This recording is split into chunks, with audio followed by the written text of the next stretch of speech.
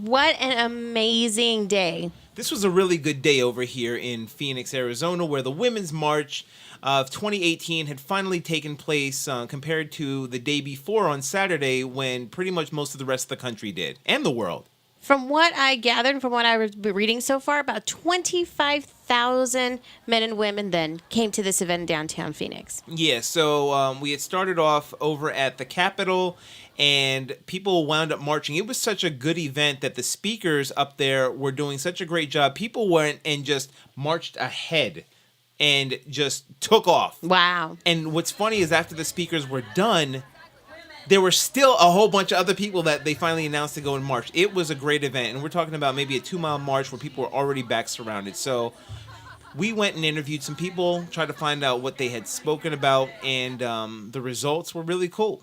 I'm glad the momentum's strong. Keep it up, ladies and gentlemen. My name is Miss Chanel Poe.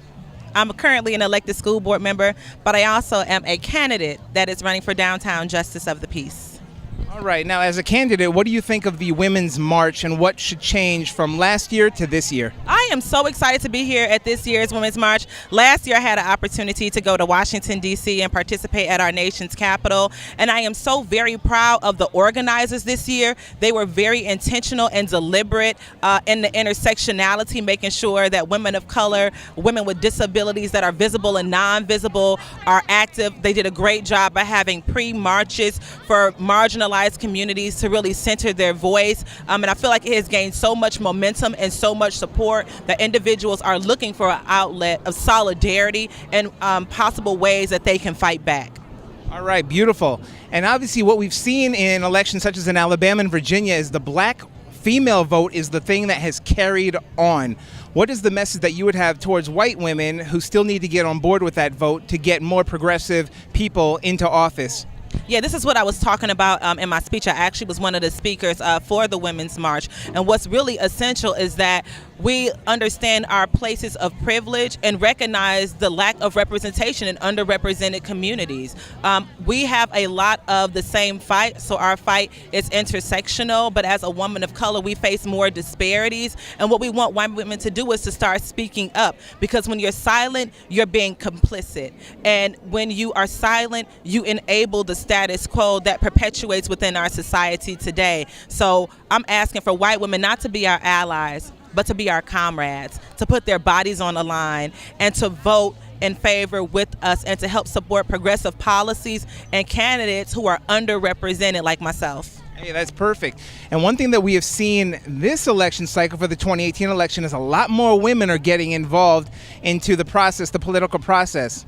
What advice would you have for other women who are thinking about it but haven't made that leap? I am encouraging every woman, I'm encouraging everyone to start stepping up and start volunteering with campaigns. That is how I got my start on the ground, volunteering my time, really learning and understanding the process. I also encourage everyone to sign up for the Request to Speak system, which is located in the House and in the Senate, in order to be able to have the control, in order to be able to report or make your comment heard remotely.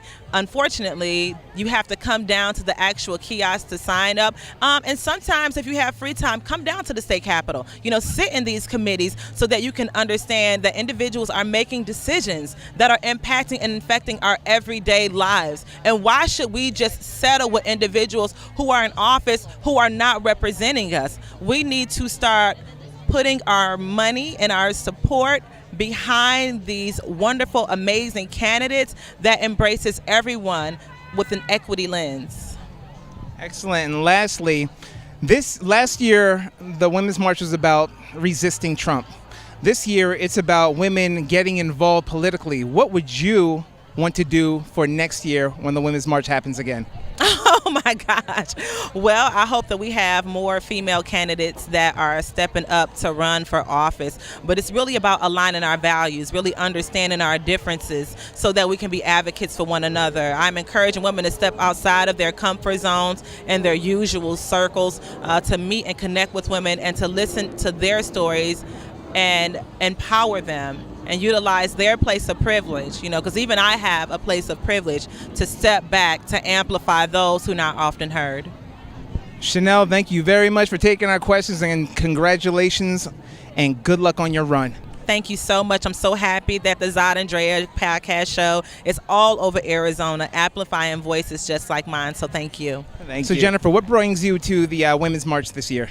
Trump has to be defeated, taken down in flames as soon as possible. And with that sentiment, last year was more so about the resistance, people resisting. This year's more about issues and women getting into office. What do you think should have changed from last year to this year? Well, I mean, we've had a year to see. A lot of people said, oh, well, the president can't do that much damage, right? And people like me went, oh, no. And so we've had a year to see just how much damage can be done, and on both the state and the local level and the federal level. Now we've seen how bad it can get, so it is imperative that every single person get out and persist and resist, because otherwise we're all screwed. And give me some of the methods that you think people can do to persist and resist. I mean, social media is the thing, man. People, we're all used to staying home and futzing around with our phones. So that's what you have to target. You have to target you have to use your outlets. You have to use Facebook, Instagram, Twitter, whatever, and just make sure that the people that would like to see us stay in the dark ages can't look at our efforts and say, oh, well, it's just a couple of people, because it's not. And have you spoken to anybody here and what they would want to do to change from the Women's March? We've had a great time just talking to everybody, and everybody just seemed, and it's really positive, and it's really, love will overcome, and I think everybody is ready to get out and vote, and even vote in the elections that most people don't. So the primaries and the midterms and things that people kind of go, oh, well, my vote doesn't really make a difference. We're figuring out that it does, and that it's everybody's job to get out there and do it. And what would be your words of encouragement to people after being here in the Women's March? What would be your words to encourage them to do for the future? I would just say, as we've got sunshine, we've got fresh air, and we've got love and support in the air, and the only way we can keep that going year-round and to defeat the hate and the bigotry and the awfulness is to keep this feeling going the whole year, every year, and to get out and vote. That's it. Thank you, Jennifer, for your words of inspiration. All right, you're welcome. All right, hi. Can I get your names? Wendy Porter. Anna Robinson. Okay, so what brings you to the Women's March this year? We oppose Donald Trump and what he stands for, so that's why we're here. And what do you think Donald Trump stands for? For ignorance, racism, inequality, and everything that's wrong with the world. And what would you like to see changed from this point on from the march? I would like to see people get out and vote come November. That's really what I'm hoping this really comes down to. So I hope this many people show up at the polls. Now, what were you inspired by this time for the Women's March? You know what? I think, I have a women empowerment business, so I've kind of always been inspired by this movement. But I think this in particular was because of the government shutdown that I wanted to show support for the DACA, for the Dreamers, and just make sure that they know that they're welcomed in this country and they should be here. And while I don't want the government to be shut down, I understand why we did it, and I agree with it. And what is your business and what do you do? It's called Crown for Success, and I'm a business coach that empowers women to reach their highest potential in business and mindset mastery. Okay, good. And what have you and your sisters done from the last march to this march that made a bigger difference? I would say we just get out to get people to vote, like trying to encourage people to vote this time. I think had we all been this empowered to vote for Hillary Clinton, we wouldn't be in this mess to begin with. But I think a lot of women still need a lot of work to be done. Instead of voting against her like we did, or a lot of women did, they should have voted for her and against Donald Trump, which I think is the mistake we made last time. I personally was for Hillary, but I know a lot of women who weren't. I have girlfriends who didn't vote for her just because they thought, they believed all the lies that were going around and the rumors that were going around about her. So I think this time we need to get out and we need to vote Democrat and get our vote out. So So Arizona is obviously a red state, but it's turning purple with the resistance going on and a lot more of the voting's going on. What do you want to see happen in 2018? I would like to see. I would like to see it go Democrat. I hope. I'm praying to God that Joe Arpaio doesn't get voted in the Senate. God forbid. We had enough of him as our sheriff. So I want to see the state go Democrat. Okay, and lastly, what do you think you want people to take out of this march moving forward? That we're all created equal, all of us. So I just think that the message has been diluted from Donald Trump, and I think that the hate is so, I mean, it's just everywhere. So I feel like this is love. This is all love, and I want that message to be taken away, that it's love, all one love.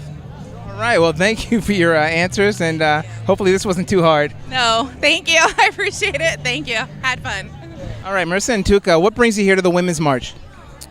A lot of issues, but predominantly my dad is an immigrant and I'm here to support DACA. Also, my dad is an immigrant, but I really want to be a part of something bigger, and this is my first march. All right, well, congratulations on your first march and for you fighting for the Dreamers. So obviously the Dreamer issue is big this year, considering Donald Trump had pretty much waged war against them recently and trying to force Congress to make a decision on more or less kicking them out. You know, the children's health care as leverage, yeah. Exactly. So what would your message be to Donald Trump right now? That they're here. They're not going to go anywhere. They're not going anywhere. We're going to support them. It's not, I mean, they came here as children. They have a right. They're an integral part of society. They work here. They're educated here. The majority of them, this is the only country that they know, and it's really just, you know, scraping the bottom of the barrel to go after them. It's absolutely racist. Now, TUKHA, you tell me, on that same vein, what is it about Dreamers that Trump and his followers do not know that you would like to tell them? Dreamers are doers, and I don't see anyone else who's fighting against the Dreamers. I don't see them doing anything or contributing to society in any way. And for Dreamers, I see them as, you know, doctors, lawyers, what's that word? Politicians. Dreamers are doing a lot of things that these other people aren't doing, and they are a huge part of society. Now we're talking about 800,000 people. But he seems to be focusing a lot on people just south of the border when most people who come here illegally are actually flying through on planes and staying on extended visas. Pretty much what is your message to them for people who would keep talking about the wall, who keep talking about all that other nonsense? I think that there's a tide of change coming. I think that they need to hold fast, and I think that people like myself and millions of other people that supported yesterday and that are supporting today, that they need to understand that we stand with them, and this isn't going to go away. We're going to fight for them. And I think Trump really knows that he's picking just a ridiculous battle, but it feeds the fuel of the people who are racist, you know? So. And being here at the Women's March and seeing all of these women of different ethnicities, different cultures, different religions, what is it that you want people to get out of them for your cause? I think it's just important that, you know, everyone is aware that there is at least 40,000 people here, you know, men and women, children, people of older age. Everyone's here and everyone's fighting for the same kind of umbrella-ing cause. You know, we're all fighting for equality, we're all fighting for kindness, and I think that in the end, love will always trump hate. That's simple. Yep, that's simple. All right, and lastly, what do you want people to get out of this march? So when they leave here today, what is it you want them to go home with to move forward, especially to the 2018 elections? You know, it's really simple as the reason why they ostracized and they killed somebody 2,000 years ago on a cross, which is just treat people the way you want to be treated, tweet the way you want to be tweeted, love the way you want to be loved, just love, tolerance, and acceptance, you know, for everyone. And what would you like for people to get out of this march? Well, what I've gotten out of this march is that the world is just so much bigger than just me. There's just so much power here, so much love here, so much kindness and respect here. And if anyone can take anything, it would just be that, you know, just be kind to one another, in the words of Ellen DeGeneres. All right, with that, thank you for taking our interview, and hope to see you at other marches. Unborn women's rights matter. Unborn women's rights matter. Stop murdering unborn babies. He's also a racist. Their lives matter. Wait. What you guys can do, you can have over there, but you're not on the sidewalk. Tolerant love. Sidewalk.